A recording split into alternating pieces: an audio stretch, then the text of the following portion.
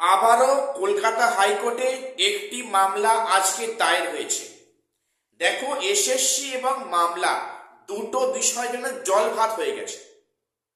যে এসএসসি একটা একটা নিয়ম রুলস করবে এবং তার এগেনস্টে কিন্তু মামলা দায়ের হবে। আমরা এটা প্রত্যেককে দেখে দেখে অভ্যস্ত হয়ে গেছি। তো এখন বিষয়টা যে আজকের কিন্তু টেন্টেডরা, আজকে 2016 যারা টেন্টেড বলে কোর্ট চিহ্নিত করেছে সুপ্রিম কোর্ট, সেই টেন্টেড ক্যান্ডিডেটরা কিন্তু আজকে তাদের কিছু অংশ কোর্টে হাজির হয়েছে এবং মামলা দায়ের করেছে। দেখো, তোমরা জানো যে টেন্টেড ক্যান্ডিডেট কিন্তু অলরেডি মামলা দায়ের করেছে এবং সেখানে যারা মামলাতে অংশগ্রহণ করেনি তারা পুনরায় এখন নতুন করে হাইকোর্টে মামলা দায়ের করেছে। তাদের কি দাবি আছে?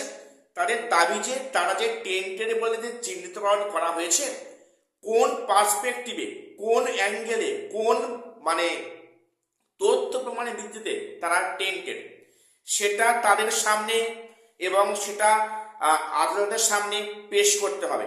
কমিশন বা সিবিআই তাদের যে টেন্টেড বলে ধরেছে, কোন দিক থেকে, কোন প্রমাণে, কোন তথ্যের পার্সপেক্টিভে তার টেন্টেড, সেটা প্রকাশ করা হয়। এবং তাদের দাবি যে তাদের কিন্তু আত্মপক্ষ সমর্থন করার সুযোগ দেওয়া হয়নি। অর্থাৎ কোর্ট যেন বিষয়টি নিয়ে যেন ভাবনা চিন্তা করে এবং তাদের যেন কথা বলার সুযোগ দেওয়া হয় কোর্টের সামনে। তাহলে এই দাবি।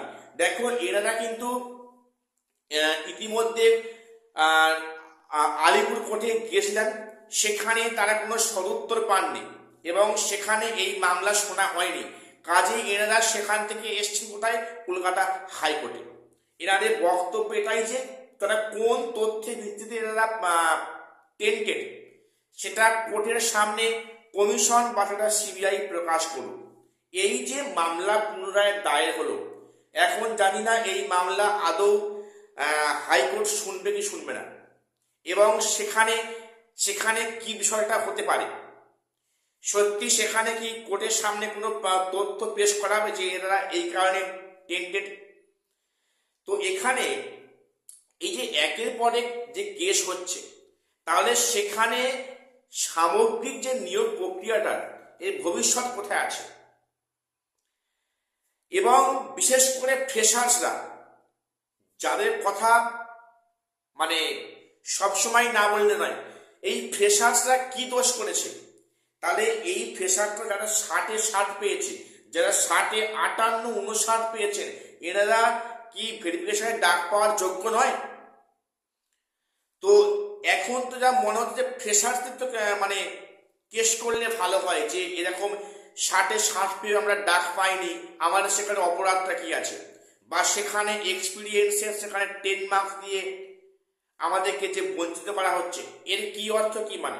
তো এ নিয়ে তো এখন যা পরিস্থিতি, সেক্ষেত্রে ফ্রেশার্সদের একটা গ্রাউন্ড তৈরি হচ্ছে যে আমরা কেন সেখানে পিছিয়ে পড়লাম। আমরা কি 60-60 পেয়ে কি যোগ্যতার পরিচয় দিতে পারিনি? আমাদের কেন ডাকা হয়নি? কেন এই বৈষম্য? তো যাই হোক, সেটা মানে পরের বিষয়। তো আপাতত আজকে আমার এটুকুই আপডেট দেওয়ার ছিল। তো প্রত্যেকের চ্যানেলটা সাবস্ক্রাইব করে আমাদের পাশে থাকবে। দেখা হচ্ছে পরে কোনো ভিডিওতে।